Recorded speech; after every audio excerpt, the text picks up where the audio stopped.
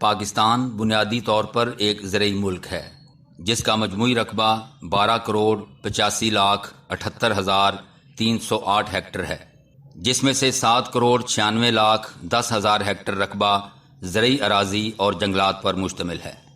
جنگلات کا رقبہ 28,90,000 ہیکٹر ہے۔ 5,94,60,000 ہیکٹر زرعی اراضی وہ ہے جس پر اس وقت کاشت ہو سکتی ہے، لیکن اس میں سے صرف 4,01,00,000 ہیکٹر رقبے پر ہی کاشت ہو رہی ہے۔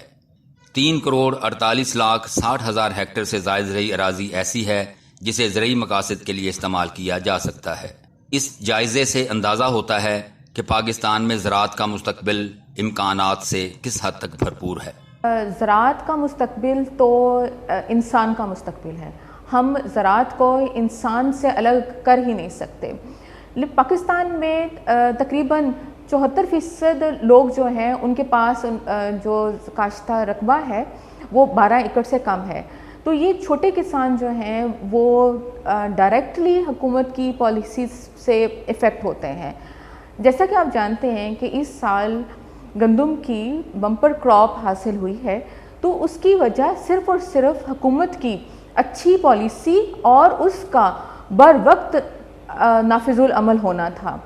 تو زراعت جو ہے وہ مکمل طور پر حکومت کی پالیسی کے ساتھ جڑی ہوئی ہے۔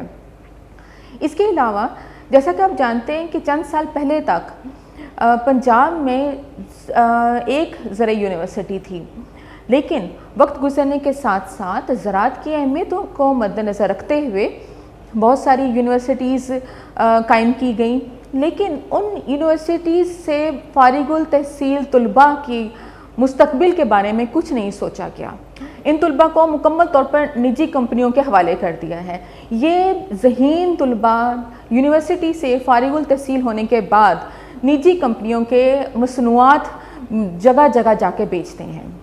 تو یہ بھی کہا جاتا ہے کہ زرعی ماہر جو ہیں پاکستان میں ایسا پرفارم نہیں کرتے جیسا کہ وہ باہر کے ملک میں جا کے کرتے ہیں۔ تو اس کی بڑی وجہ یہ ہے کہ ملک میں زرعی تحقیق کی بہتر سہولیات میسر ہی نہیں۔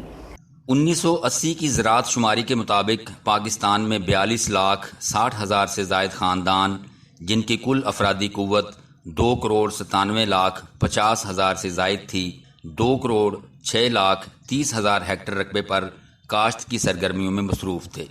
قومی زندگی میں زراعت کی اس غیر معمولی اہمیت کے پیش نظر اس شعبے کو خاطر ترقی دینے کی کوشش کی گئی ہے اور تعلیم یافتہ زرعی ماہرین کی ضروریات پوری کرنے کے لیے ثانوی مدارس کی سطح سے یونیورسٹی کی سطح تک PhD تک کی تعلیم و تدریس کے انتظامات کیے گئے ہیں۔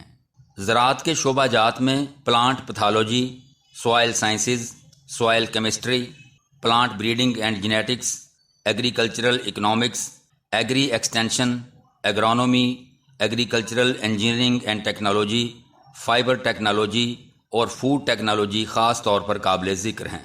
نئی نئی ٹیکنالوجیز آتی ہیں، لیکن اگر وہ ٹیکنالوجی ایکسٹینشن بھی ایک فارمر تک نہ لے کے جائے تو اس ریسرچ کا کوئی فائدہ نہیں ہے۔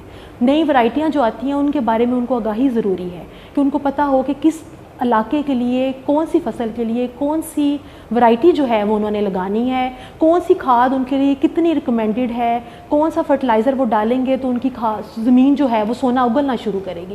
تو یہ ساری چیزیں ہمیں ایک پراپر سسٹم میں لانے کی ضرورت ہے۔ کام ہر سسٹم میں اپنی اپنی جگہ پہ ہو رہا ہے، ڈگریز بھی ہو رہی ہیں، ریسرچ والے اپنا کام بھی کر رہے ہیں، ایکسٹینشن والے بھی اپنا کام کر رہے ہیں، لیکن ان کو آپس میں منسلک ہونے کی ضرورت ہے۔ یہ الگ الگ آئیڈینٹیٹیز کے طور پہ نہیں، لیکن ایک سسٹم کے طور پہ کام کریں تو یہ ریسرچ اور ایکسٹینشن اور اکیڈیمیا تینوں چیزیں مل کے زراعت کے مستقبل کو بہت بہتر کر سکتے ہیں۔ اور پاکستان، اور سب سے بڑی بات یہ کہ ہم جو اپنی زرعی زمینوں کو بیچ رہے ہیں اور کمرشل کر رہے ہیں وہ بھی ایک بہت بڑا ایشو ہے جو کہ ہمیں اسی سٹیپ پہ ڈیل کر لینا چاہیے۔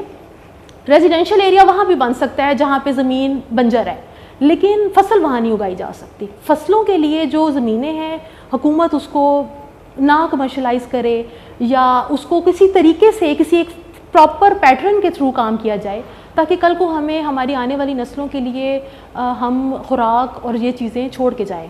زراعت اور اس کے متعلق پیشے محض روزگار کا ذریعہ ہی نہیں بلکہ ایک بھرپور طرز زندگی ہیں۔ کھیت کھلیانوں، پھولوں اور پودوں سے وابستہ لوگ زراعت کا مستقبل اسی طرح روشن کر سکتے ہیں کہ وہ صبح سے شام تک اپنی پیشہ ورانہ ذمہ داریاں ادا کرتے رہیں۔ پاکستان میں زراعت کا مستقبل کیا ہے یہ تو آنے والا وقت ہی بتائے گا، تاہم اس شعبے کو صنعت کا درجہ دیے بغیر اس کے روشن مستقبل کی ضمانت نہیں دی جا سکتی۔